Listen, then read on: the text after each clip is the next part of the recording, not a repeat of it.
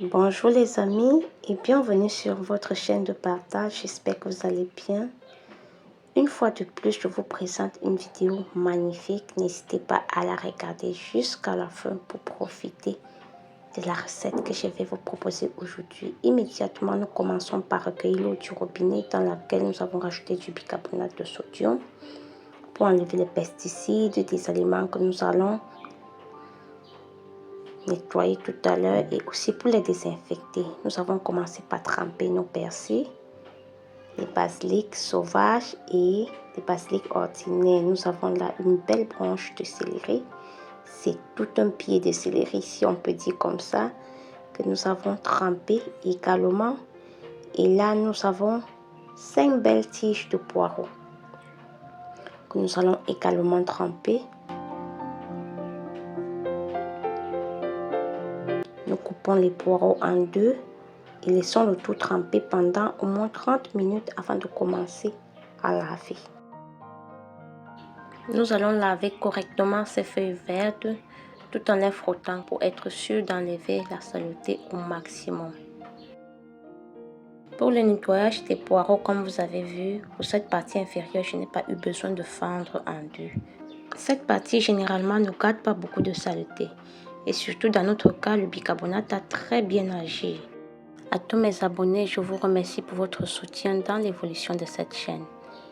Et j'exhorte vraiment toutes les personnes qui regardent ces vidéos sans être abonnées à s'abonner vraiment à la chaîne afin que nous poursuivons cette belle aventure qui a commencé il y a peu. Je serai ravie de partager avec vous en commentaire les produits que vous utilisez pour désinfecter et enlever les pesticides de vos fruits et légumes.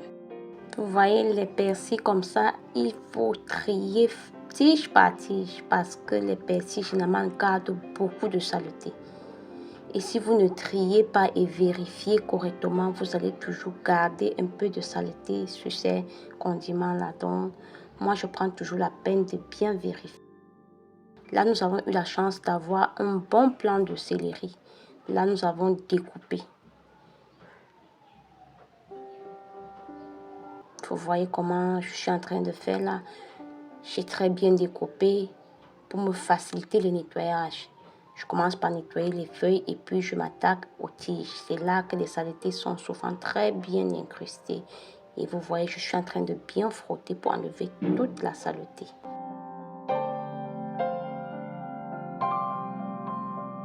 Et pour les poireaux, moi je vous recommande toujours de couper la partie supérieure des poireaux en deux. Donc la partie des feuilles là. Parce que vous savez, c'est là-bas que la saleté est beaucoup plus concentrée. Il y a la terre entre les feuilles, beaucoup de terre et il est important de fendre en deux pour être sûr de très bien enlever toutes ces saletés et d'avoir des légumes très propres. Parce que dans le cas contraire, il y aura toujours des petites saletés qui vont rester entre ces feuilles-là. Donc c'est comme ça que moi je procède. Vous allez vous-même voir la couleur de l'eau parce que ici, dans mon marché où j'achète les condiments verts, ils ne sont même pas nettoyés. Comme on quitte du champ directement avec les revendeurs, prennent ça et vendent tel qu'ils ont pris chez leur grossiste. Donc c'est comme ça que les condiments sont. Sans toutefois tarder, nous passons au second lavage. Maintenant avec du vinaigre blanc. Nous allons bien rincer tous nos légumes tout en frottant encore un peu pour enlever le reste de saleté qui était encore là. Nous allons bien frotter et là nos légumes, vous voyez comment l'eau est claire, nos légumes sont propres et nous passons au troisième lavage maintenant à l'eau claire. Vous voyez comment l'eau est propre, ce qui signifie que les légumes sont bien propres, nos condiments ont été très bien lavés. Je vous recommande d'adopter cette méthode et vous serez vraiment content de vos condiments. Voilà tous ces condiments déjà bien apprêtés.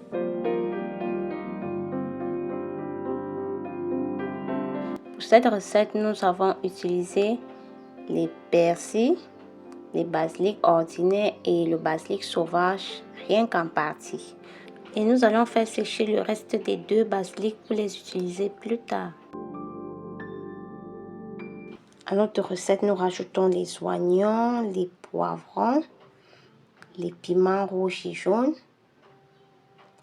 Nous rajoutons également de l'ail déjà épluché et du gingembre frais. Nous avons également rajouté à notre recette des épices sèches que vous voyez là. Ceci dans l'objectif de rehausser le goût de notre marinade. C'est vraiment facultatif. Si vous aimez les épices, vous pouvez en mettre autant que vous voulez. Vous mettez les épices que vous aimez vraiment. Sinon, vous faites juste avec les légumes, vous rajoutez les légumes que vous aimez ou bien vous mettez ceux que j'ai présentés précédemment. L'important ici est de se faire plaisir. Utilisez uniquement les ingrédients que vous aimez pour confectionner votre marinade. Je vous mettrai en description la liste de tous les ingrédients que j'ai utilisés pour confectionner cette marinade, ainsi que les différents noms de toutes les épices que j'ai utilisées également. Donc, si vous êtes intéressé à reproduire cette recette ou bien à la modifier à votre goût, vous irez en description et vous verrez tous les ingrédients détaillés. Moi, j'aime quand ma nourriture un peu épicée, quand ma nourriture sent bon. C'est pour ça que je rajoutais les épices à ma préparation. Nous avons découpé toutes ces feuilles vertes ainsi que les autres ingrédients. Et il est toujours important pour moi, et je vous le conseille quand vous voulez faire écraser une bonne quantité de condiments verts, ainsi tous ces ingrédients que j'ai apprêtés au moulin, il ne faudrait pas mettre les épices soit à la fin, soit au début dans le récipient qui contiendra tous ces ingrédients. Moi, je mets une partie de condiments verts. D'abord, je découpe les condiments verts totalement, les feuilles vertes, et puis je renverse les épices avant de découper la suite. Comme vous voyez, je suis en train de le faire. Et je rajoute dans mon récipient pour que les condiments soient très bien écrasés avec les épices.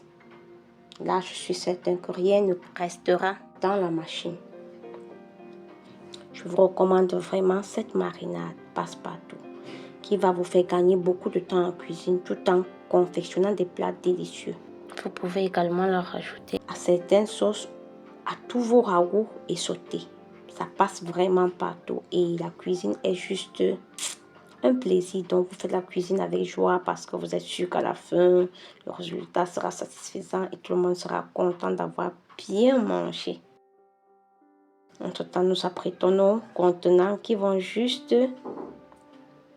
être des plastiques. Bon, des sacs à congélation que j'ai coupés en deux. J'ai fait avec ce que j'avais.